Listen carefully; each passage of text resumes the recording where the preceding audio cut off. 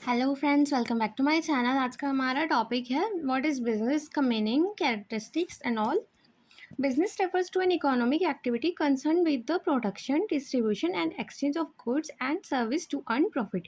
यानी कि व्यवसाय एक आर्थिक गतिविधि है जो लाभ कमाने के लिए वस्तुओं और सेवाओं के उत्पादन, वितरण और विनिमय से संबंधित होती है। यानी कि क्या हम क्या करें, हमें ओवरऑल प्रॉफिट कमाना है, इसलिए हम वस्तुओं और सेवाओं का उत्पादन करें, यानी कि उनको बना रहे हैं, फिर उनको डिस्ट्रीब्यूट करें यानी कि अपने कंज्यूमर तक पहुंचा रहे हैं, और फिर हम एक्सचेंज करें, यानी कि अगर हमने आपको प्रोडक्ट दिया है या फिर आपको सर्विस दी है तो आप उसके बदले हमें प्रॉफिट देंगे एज अ कैश, या फिर आप किसी भी तरह से पेमेंट करेंगे।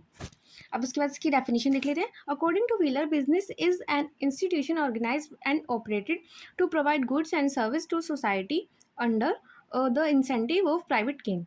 यानी कि व्हीलर के अनुसार व्यवसाय एक संस्था है जो समाज को वस्तुओं और सेवाओं प्रदान करने के लिए निजी लाभ की प्रेरणा से संगठित और संचालित करती है। यानी कि हम क्या करें, हम लोगों को वस्तु और सेवाओं तो प्रदान करें, पर हमें अपना प्रॉफिट भी चाहिए, तो हम जो भी प्रॉफिट के लिए कर रहे हैं वो हमारा बिजनेस कहलाता है। अब अगर यहीं पे हम लोगों को फ्री में सर्विस प्रोवाइड करने लगे तो वो क्या कहलाएगी, चैरिटी कहलाएगी। अगर हमारी एक ऑर्गेनाइजेशन है उस रूप में तो वो ट्रस्ट कहलाएगा, पर वो बिजनेस नहीं कहलाएगा। पर जब हम अपना प्रॉफिट भी सोचते हैं तब वो बिजनेस कहलाता है। अब इसके फीचर्स क्या होते हैं। प्रॉफिट मोटिव, यानी कि क्या कर रहे हैं, हम जो भी एक्टिविटी कर रहे हैं, अपनी सर्विस दे रहे हैं या फिर अब लोगों को प्रोडक्ट बेच रहे हैं, तो वो हम हमारा जो प्राइमरी गोल होता है वो होता है हमारा लाभ कमाना इन बिजनेस। उसके बाद इकोनॉमिक एक्टिविटी है, क्योंकि आप क्या कर रहे हैं, आप जो भी चीज़ बना रहे हैं, बेच रहे हैं, उसमें आपको पेमेंट करनी पड़ेगी, इकोनॉमिक फैक्टर हो जाएगा ये। इसके बाद रेगुलेटरी इन डीलिंग, यानी कि अगर आपने एक बार कोई वस्तु बनाई है और बेच दी है, हम उसको व्यवसाय नहीं कह सकते।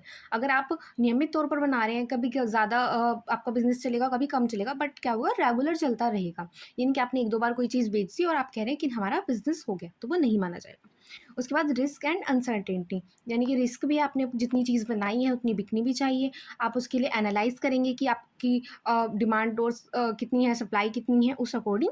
पर ये बिल्कुल श्योरिटी से नहीं होगा कि अगर आपने 50 यूनिट बनाई है तो 50 के 50 बिक जाएंगे। तो यहाँ पे रिस्क और अनसर्टेनिटी दोनों है। उसके बाद कस्टमर सेटिस्फेक्शन, ये सबसे मेन फैक्टर है, क्योंकि हमारा प्रोडक्ट लोग तभी खरीदेंगे जब वो उस प्रोडक्ट से सेटिस्फाई होंगे। अब इसके बाद आता है stages of development of business, यानी कि व्यवसाय के विकास की अवस्थाएं।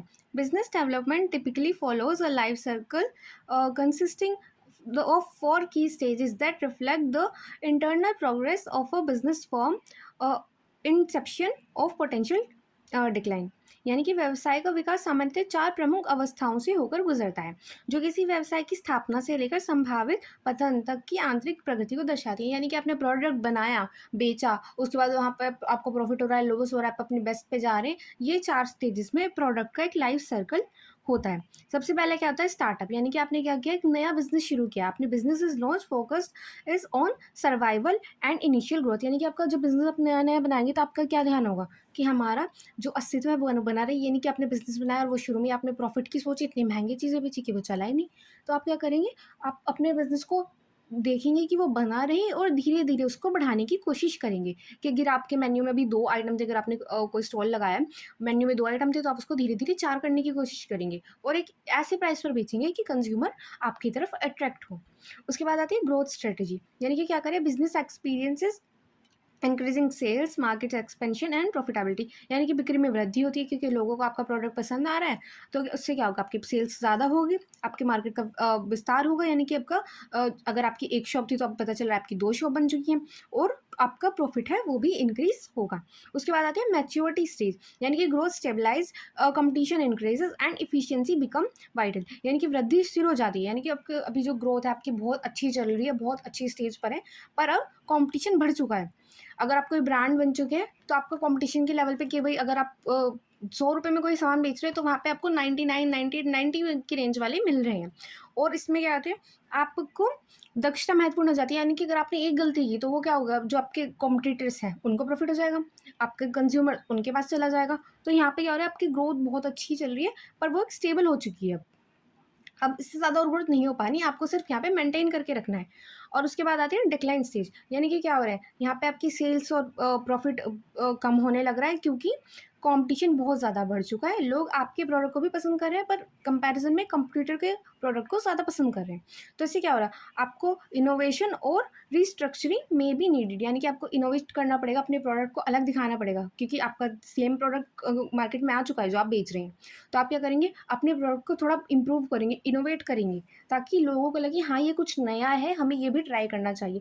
जैसे कि आपने देखा होगा बहुत सारी कंपनीज ऐसी होती हैं, अगर आप मैकडोनल्ड्स वगैरह को ही ले लें, तो ये क्या करती है, अपने मेन्यू इनका रहता है, कंपटीशन बढ़ रहा है, इनकी जैसी बहुत सारी आ रही है, तो ये क्या करते हैं, एक न्यू आइटम लॉन्च करते रहते हैं थोड़े थोड़े टाइम में, ताकि जो उनका कंज्यूमर है जो पहले से है, अब वो दूसरी जगह जाने से बेटर है ये सोचे ये नया प्रोडक्ट कैसा है, इसको हम ट्राई करें।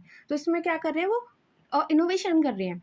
तो यहीं पे आपको क्या करना पड़ता है, अपनी अगर आपको अपनी सेल्स मेंटेन रखनी है कि आपका प्रॉफिट कम ना हो, बना रहे एज अ कॉम्पिटिटिव मार्केट, तो आपको इनोवेशन करना होगा और रिस्ट्रक्चर भी ज़रूरी होगा, यानी कि आपको क्या करना होगा, पुनर्संगठन। और अगर आप ये नहीं कर पा रहे हैं, तो जो आपका प्रोडक्ट है, आपका जो बिजनेस है, वो अब पतन की अवस्था में आ चुका है, यानी कि वो धीरे धीरे आपकी सेल्स और प्रॉफिट कम होता जाएगा। और ऐसा हो सकता है कि आपका कुछ प्रॉफिट ही ना हो कि आपको बिजनेस अपना बंद करना पड़े।